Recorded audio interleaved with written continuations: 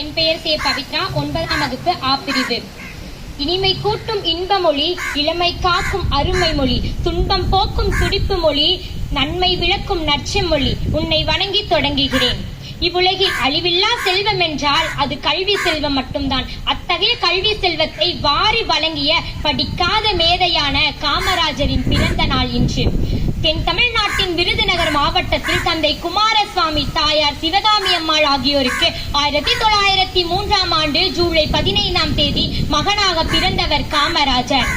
சிறு வயதிலேயே தன் தந்தையை இழந்துவிட்ட காமராஜர் தனது பள்ளி படிப்பை தொடர முடியாமல் வறுமையின் காரணமாக வேலைக்கு சென்றார். வேலைக்கு செல்லும் போது செய்தித்தாள்களை படித்தும் பல தலைவர்களின் சொற்பொழிவுகளை கேட்டும் அரசியல் அறிவையும் நாட்டு பற்றையும் வளர்த்து கொண்டார். விடுதலை வீரர் திரு சத்தியமூர்த்தியின் வாரிசாக விளங்கினார் காமராஜர். சிறு வயதிலேயே சின்னஞ்சிறு வயது முதலே தன்னை காங்கிரஸ் பேரியக்கத்தில் இணைத்துக் கொண்டார். அண்ணல் காந்தியின் கொள்கைகளால் கவரப்பட்ட காமராஜர் உப்பு சத்தியாகிரக போராட்டத்தில் கலந்து கொண்டார். பிறகு ஒத்துழையாமை இயக்கம், அந்நிய துணியெரிப்பு, சட்ட மறுப்பு இயக்கம் போன்ற பல போராட்டங்களில் கலந்து கொண்டார். காந்திய வழியில் கடமையாற்றிய காமராஜர் தன் இடைவிடா உழைப்பால் 1939ஆம் ஆண்டு தமிழக காங்கிரஸ் தலைவராக பொறுப்பேற்றார். பிறகு தமிழகத்தின் முதல்வராக 1954ஆம் ஆண்டு பொறுப்பேற்று தொடர்ந்து 9 ஆண்டுகள் பதவி வகித்தார். மக்கள் மனதில் உயர்வான இடத்தை பெற்றார்.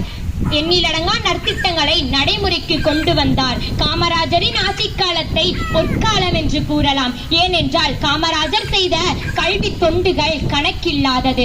காமராஜர் பட்டி தொட்டி எல்லாம் பள்ளிக்கூடம் ஏற்படுத்தினார். இவர் மாணவர்களுக்காக கட்டாய கல்வியை நடைமுறைப்படுத்தினார். அனைத்து ஊர்களிலும் தொடக்கப்பள்ளி, நடுநிலைப்பள்ளி, மேல்நிலைப்பள்ளி, உயர்நிலை பள்ளி வரை கட்ட உத்தரவிட்டார். மாணவர்கள் பசியால் வாழக்கூடாது என்பதற்காக மதிய உணவு திட்டத்தை அறிமுகப்படுத்தினார். மேலும் முக்கியமாக ஏழை பணக்காரன் என்ற பாகுபாடு இருக்கவே கூடாது என்பதற்காக சீருடை வழங்கும் திட்டத்தையும் அறிமுகப்படுத்தினார். சுருக்கமாக சொன்னால் காமராஜர் கல்வி கண்ணை திறந்து வைத்ததால் கல்விக்கண் திறந்த காமராஜர் என்று அழைக்கப்படுகிறார்.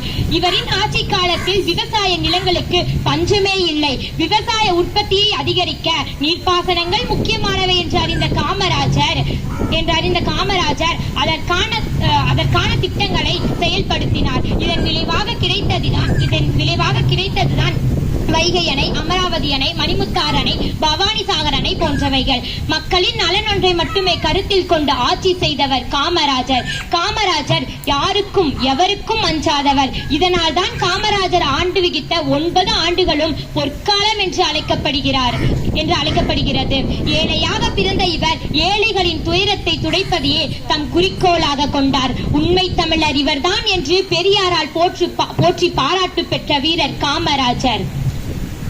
கல்விக்கண் திறந்த காமராஜர் கர்ம வீரர், கருப்பு காந்தி, தென்னாட்டு காந்தி, படிக்காத மேதை, பெருந்தலைவர், ஏழை பங்காளர், கிங் மேக்கர், தன்னலமற்ற தொண்டர் என்றெல்லாம் போற்றி புகழ் பெற்றார் காமராஜர்.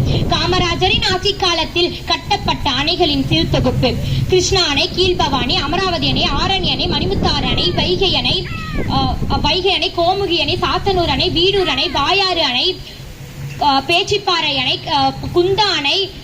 குந்தா அணை, பரம்பிக்குளம், திருமூர்த்தி, பாபநாசம், அலியாறு, சோலையாறு போன்றவை காமராஜரின் ஆட்சி காலத்தில் கட்டப்பட்ட அணைகளாகும்.